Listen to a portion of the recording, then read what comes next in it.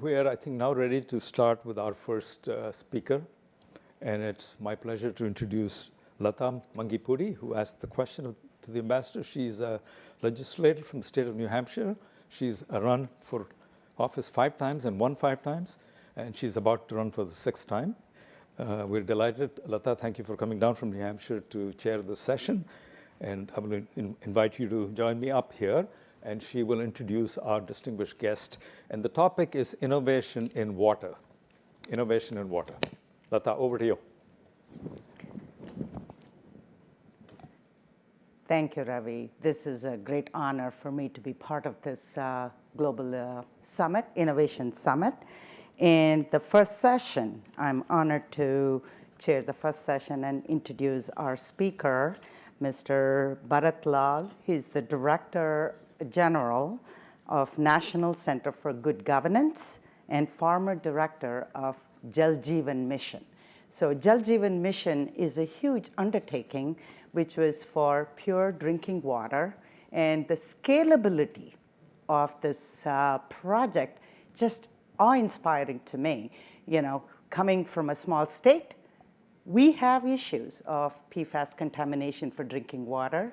And how did Mr. Lal champion this with good policy and also in terms of as it addressed as infrastructure or social impact? And it will be fascinating for us to listen to Mr. Lal give us it's a brief but spectacular introduction to your mission. Thank you. Take it away, Mr. Lal. Good morning, Lataji. Good morning, everyone. Thank you very much for having me here. And I extend my sincere thanks to His Excellency, our Ambassador, Mr. Taranjit Sandhu, our Consul General, Mr. Randhir Jaiswal, and Professor Ravi Ramamurthy, and distinguished faculty, delegates, and my young friends. Indeed, it's a privilege for me to be here. And unfortunately, I couldn't come there. But I think the kind of, our diplomatic, our diplomats are there. Sandhu spoke to, and you have seen Mr. Randhir Jaiswal. I think they compensate my absence. Friends, in next, let's say 12 to 15 minutes, I'll give you some overview what all we are doing actually in India. And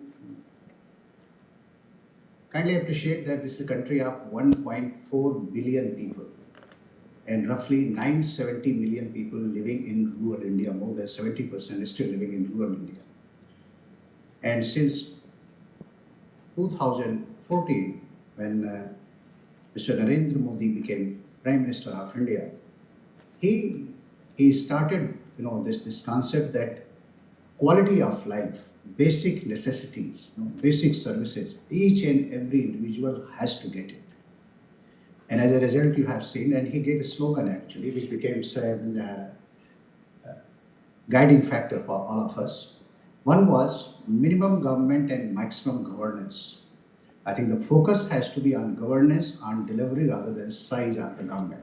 And rather, right sizing is the right word. And second thing, he said that, sabka saath ho and sabka vikas. I think we have to work together for the development of each and every Indian, each and every individual, irrespective of caste, creed, religion, region. As you know, in such a diverse country, we are having certain areas where, let's say, I'm focusing on water. So let's say there are 40% arid and semi-arid region in the country, where basically shortage of water, paucity of water becomes a limiting factor in the socio-economic development as well as our quest for high economic growth in these parts of the country. Since we have got highest number of youth who have huge aspirations, I think as a government, we are committed to enable them to realize their full potential. And well, someone can say that we started late when it came to digital economy, or let's say opening the economy. But I think you must be noticing that India today, you will see that new infrastructure, high economic growth, skilling, education in all fields. I think we are moving forward. Allow me to give one or two small figures actually, and see. I think you'll appreciate that the kind of speed and scale we have in our developmental strategy. India became independence in 1947, and it became $1 trillion economy in 2007. It took 60 years, but next trillion we added in 7 years. So from 2007 to 2014, in 7 years, we became $2 trillion economy. But next trillion got added only in 5 years. And by 2019, we became $3 trillion economy.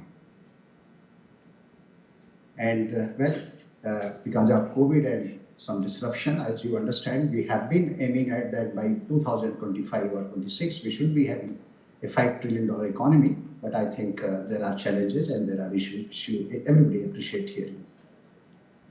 Coming back to this kind of working with speed and scale. And our Prime Minister, just a couple of months back from Red Fort, in his Independence Day address, he talked about, that next 25 years of India's story. What kind of plan, what kind of, vision and what kind of, mission we should be having, so that by 2047, when India is celebrating 100 years of its independence, what kind of country we want. I don't think I need to elaborate, but obviously the aspiration is that it should be in developed world. And more importantly, we are very much focused that basic services each and every individual and family should be having. Now you must have heard, and Ambassador Sandhu also spoke about it, that universalization of basic services, whether it's a housing or toilet or electricity or cooking gas or healthcare, everything has been taken up. And secondarily, we don't want to work like incremental growth. So idea is that if you are going for opening bank account, please do it in 1 year, 2 year, 3 year, and use our digital technology. I think we have seen that is happening. In case of water, I think we have little bit skewed distribution. Please appreciate that we have roughly 17% world population, but only 4% freshwater resources. And if you see per capita water availability, in North America, probably it's difficult to appreciate, but in 1947, we have roughly 5,000 plus cubic meter per person freshwater availability, which has come down to less than 1,500 cubic meter per person per annum. And 1,100 and below is considered a very water stress condition. You have seen the impact of global warming, you have seen the climate change, you have seen the challenges we are facing because of floods, drought, cyclone, so that is happening. We in India, we understand, and world over, of course you are fortunate to have a lot of snow, but in India almost 99% water we receive through rainfall, and that is limited only for few days, I would say 20 to 30 days in a year, whatever rainfall we get in those days. So best thing is that water management is the most crucial part. That you have to collect this water, store it, and use it judiciously. And please appreciate that in modern times, it is almost next to impossible in democracies because of environmental factor or anthropogenic reasons to construct big dams. So it means water has to be stored in smaller structure over the ground, existing ponds, rivers, and lakes, dams, but more importantly, under the ground. These aquifer are the biggest storage structure. And that's why two things we did. In 2014, when Mr. Modi became Prime Minister, the idea was that if we are going to collect rainwater and use it, it means the country has to have improved sanitation. It has to become defecation free.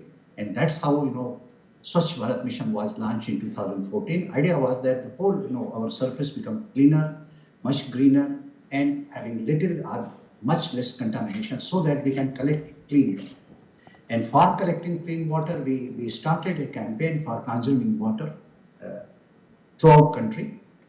And then in 2019, when basically we were able to provide toilet to every family, electricity, cooking gas, housing, we launched what we call Jal Jeevan Mission, means each and every family. And in India, what I'm talking about, 192 million families, 970 million population, spread in 650,000 villages or 1.8 million habitations.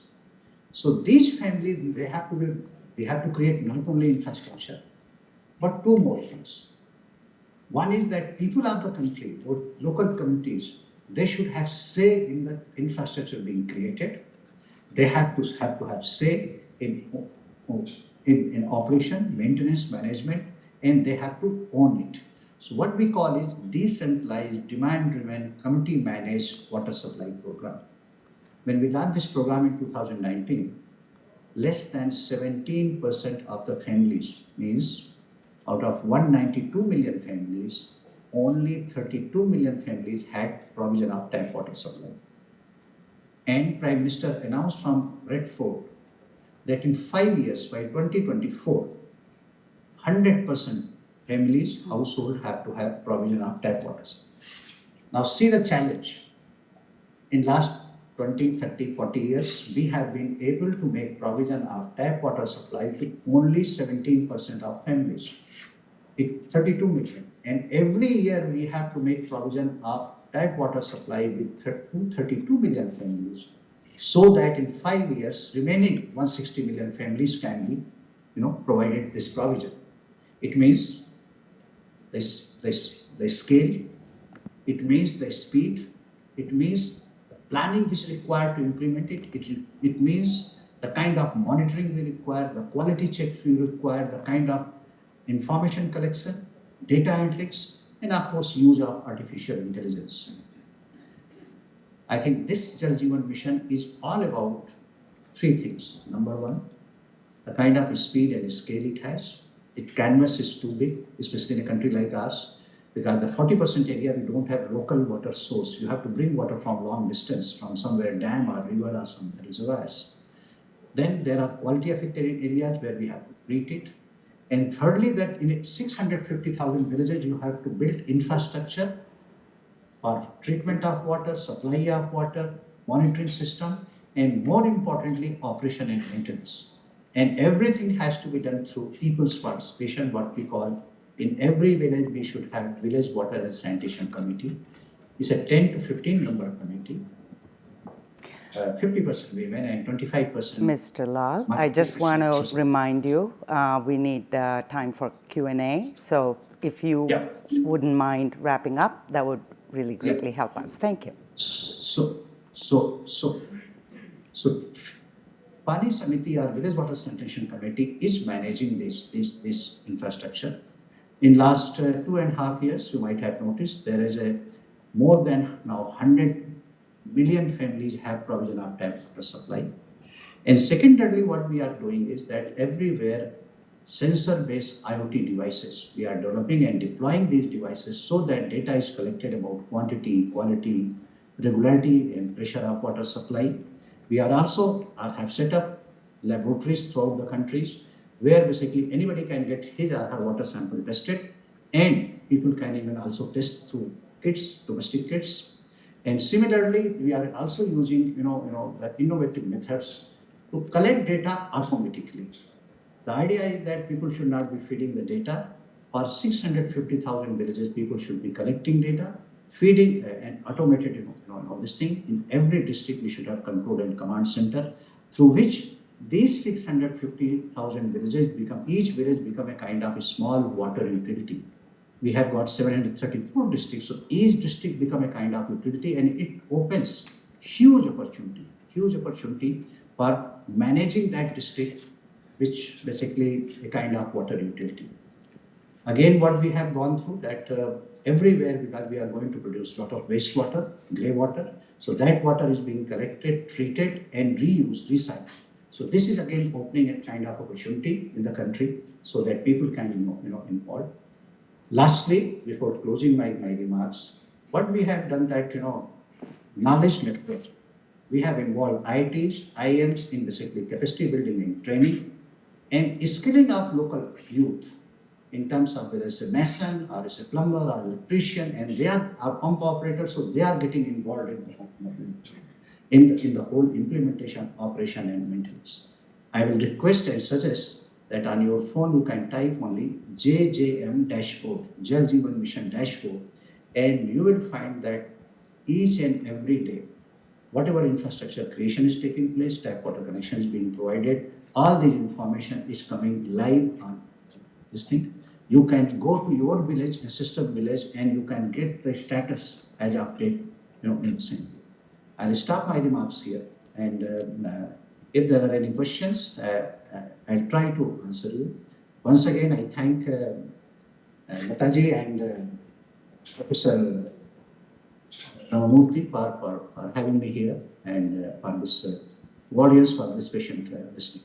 Thank you. Thank you very much for your very inspiring, awe-inspiring introduction to your phenomenal work that you're doing. As a chair, I'm just going to remind the audience that you do have an opportunity to ask questions, and I would like you to raise your hand or find the nearest mic. There are two mic runners, and make sure you keep your questions very concise and brief because the time is short. And I have the privilege of asking the first two questions as a chair. Thank you. And it's very fascinating that you have approached this humongous task of scalability to be able to supply clean drinking water to billions of households, right, in India. What were some of the hurdles in terms of governance, implementation, and what was the impact of the public health and social impact of your Jal Jeevan mission? Well, please appreciate that we have, as a system in government, we have been used to working with our own speed. You can see that in last 40 years, we have been able to make provision of tap water supply to 32 million families. But here, every year you have to create that infrastructure, implement that scheme and project, and make provision of tap water supply to additional 32 million families. So this scale and this speed is the first thing. It means people have to be prepared for our engineer, public health engineer, our institution. Second thing is that the planning process has to be different, and especially because of COVID, the field visits and ground, I think it became difficult. So use of satellite data, use of imageries, use of hydrogeomorphological maps. It means the technology became very important. The third thing was that as a government, functionaries, most of us have, I would use the word that at times we are reluctant to involve people. Our outreach is weak. So going to people, convincing them, educating them, sharing the information, and giving them, opportunity to own the system, get involved them into the whole thing, that has been another challenge because this part has been weak. And lastly, in every village in democratic society and a diverse country like us, there are local issues and local challenges where every village might not be very homogeneous. There could be different opinion, different kind of beliefs, different kind of, So bringing everybody together in a village, I think that it has been a challenge. And last, yes, COVID has its own challenges because we have been lockdowns and we have seen that many people basically, many families, including our staff and manpower, they suffered casualties, during COVID. So I think these were the basic challenges in implementation. But one thing was that ownership of the program, I think we have been able to bring on board that each and every people of the country, it captured the imagination of people. Prime Minister led from the front in outreach. So I think the program is owned by people of this country, and I think they are basically taking it forward. Over to you. So just one quick question. So in your viewpoint, did decentralization, bringing it to the local communities and harnessing the local community support, has it been a challenge or an asset? In my view, it is a huge opportunity. And this country has this culture where basically local people basically rise to the occasion, and you have seen the cooperative movement in this country. I think people who understand India and have seen that I think this sense of fraternity, sense of belonging, I think it is there. The question is that government servant, public health engineer, they have to go to people, they have to bring the information, educate them, and transfer what we call function, functionaries, and fund, actually 3 Fs, that these responsibilities are given and we should play the role of facilitator. So to me, it is not having burden. In fact, that brings transparency, that brings ownership, that brings long-term sustainability in terms of source as well as system. It is next to impossible that in 650,000 villages or 1.8 million habitation, you are going to put an engineer or to operate and maintain this thing. I think the best cost-effective method, very efficient method would be that ownership should lie with the people. I think it eliminates corruption to a very large extent. We have been very lucky that in last 3 years, there has not been a single instance where people have been able to point out finger that there is corruption or involved. So I think involvement of committee or ownership by committee, I think it's a huge strength of the program. Thank you. And its floor is open for questions. And get ready with the mic and form your questions very quickly. So brief and precise. Thank you. How do you view the impact of climate change on water supply, and what specific steps have been taken to manage climate risk? See, in India, what is happening that three kind of challenges have emerged. Number one, incidence of floods, high intensity rain, and second is cyclone. I think it's very visible. And some areas have also started facing basically drought. Insofar as the drought is concerned, I think our Western India and part of Southern India, they have been facing drought situation, and they have experienced to operate, maintain, and utilize the system during that time.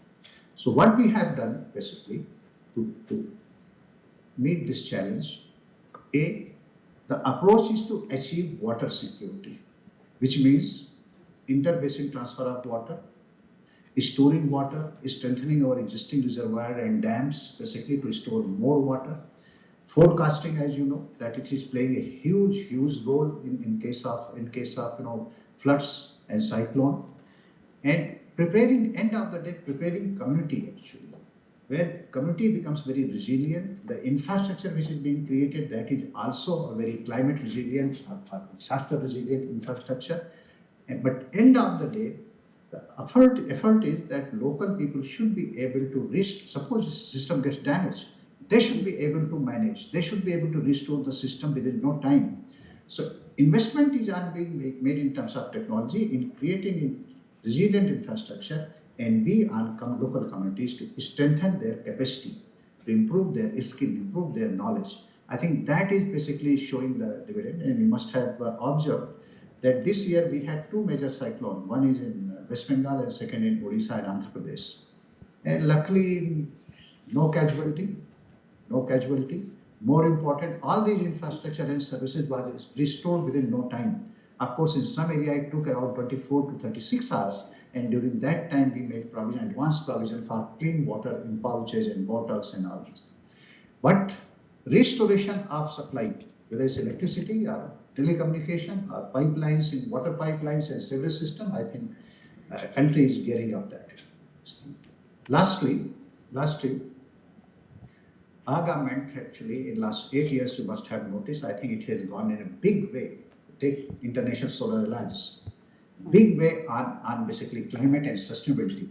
So I think this collective working is paying rich dividend, and we are hopeful that long-term impact of climate change, I think we should be able to mitigate those impacts. Thank you so much. The next question. Thank you, sir. I will ask my question pretty quickly. Thank you for explaining the key initiatives that taken by Government of India to conserve the water and making sure the water is reaching out to each and every household. And especially like the IoT sensor and the innovation that you mentioned, it's good to see that the technology is helping towards that direction. So I think another important aspect to conserve the water is like spreading the awareness to the community, like to save the water and conserve the water. So how the Government of India is taking the initiative to spread that awareness to the Indian community? Yeah. Thank you for asking this question. See, let me give two, three examples the way we are doing it, and that is because it's full-fledged subject. See, what had happened that water conservation campaign we have started in 2019, and in between 1 year there were some challenges, but again it's what we call catch the rain where it falls. And this campaign is led by, I think, one of the greatest communicator we have seen in the form of our Prime Minister, Mr. Narendra Modi. He himself is leading this campaign. This is the first part. Number two, what we have done that to our local bodies means what in rural India we call village panchayat. So for 6 years, we have made provision of 22 billion US dollar, what we call 15th Finance Commission grant for water and sanitation, where basically rainwater harvesting is the main component. So this money is being provided to every panchayat, every village basically, and they have to work on basically creating their own source in villages. Like in every district as a model, what we call Amrit Sarovar, 75 ponds have to be created in every district, and we have got 734 districts. So this is the second step which we have taken, this thing. Third is that what we call Manrega is a assured employment guarantee scheme. Under this program, each and every individual who desires 100 days work is being given. So under this program, water conservation is the topmost first item it should be taken. And lastly, under Jal Jeevan Mission, which is a 51 billion US dollar program for 5 years, 7% fund is earmarked for basically information, education, communication, and community mobilization basically. So I think I think there is no other choice except to go for a massive campaign to conserve water, store water, and judiciously use the water. I mean, you can see that in Gujarat state, more than 20% irrigation is basically the form of micro irrigation. There is no more flood irrigation in that. In that state, 20 years back, there used to be trains, and we were deploying roughly 8 to 9,000 tankers, those tankers supply drinking water. But because of this conservation effort, this realization in community that we have to conserve water, we have to use it judiciously, and we have to bring water use efficiency, I think we are trying to achieve water security, and the purpose is that our socio-economic development and our aim for high economic growth.